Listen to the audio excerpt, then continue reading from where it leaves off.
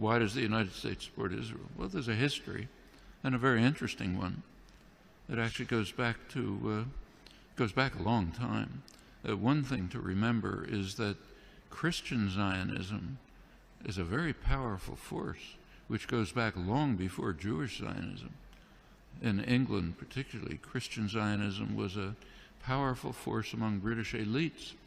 It's part of the motivation for the Balfour Declaration and for Britain's support for Jewish colonization of Israel. Remember, the Bible said, and that's a big part of British elite culture. Same in the United States.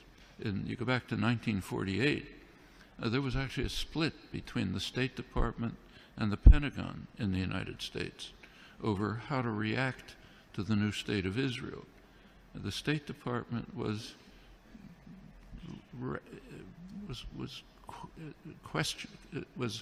not committed strongly to Israeli conquests, the establishment of the state, and was concerned about the refugees.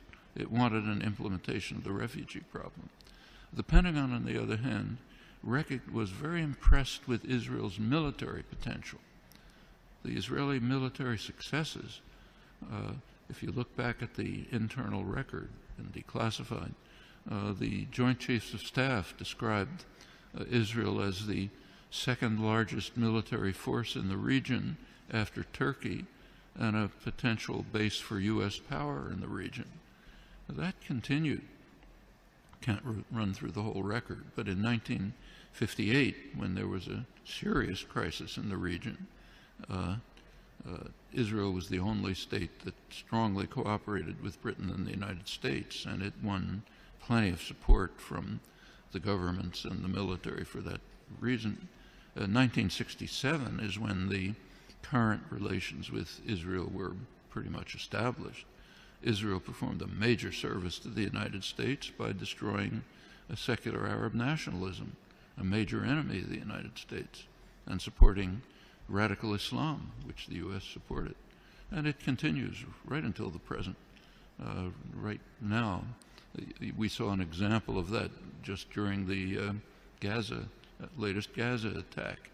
You recall that at one point, Israel began to run out of munitions during the assault, despite the fact that it's armed to the teeth.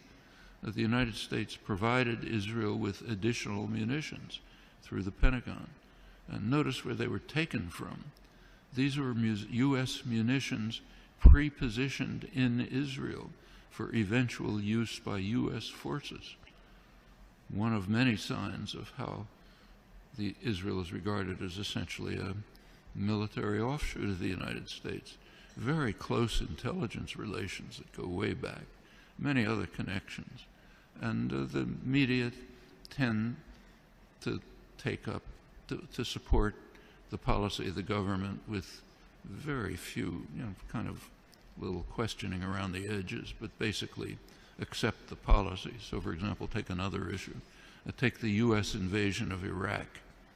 You cannot find the phrase U.S. invasion of Iraq in the U.S. media, though it was obviously an invasion, a blatant act of aggression, a textbook case of that's Nuremberg trials called the supreme international crime, cannot be mentioned.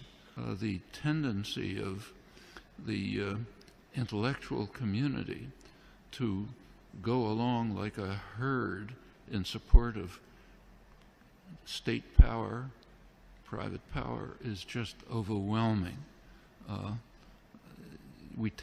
Intellectuals like to think of themselves as dissident, critical, courageous, standing up against power. Absolutely untrue. You look at the historical record, that's a small fringe, and they're usually punished. The mainstream tends to be what was once called a herd of independent minds, marching in support of state power. Nothing new here.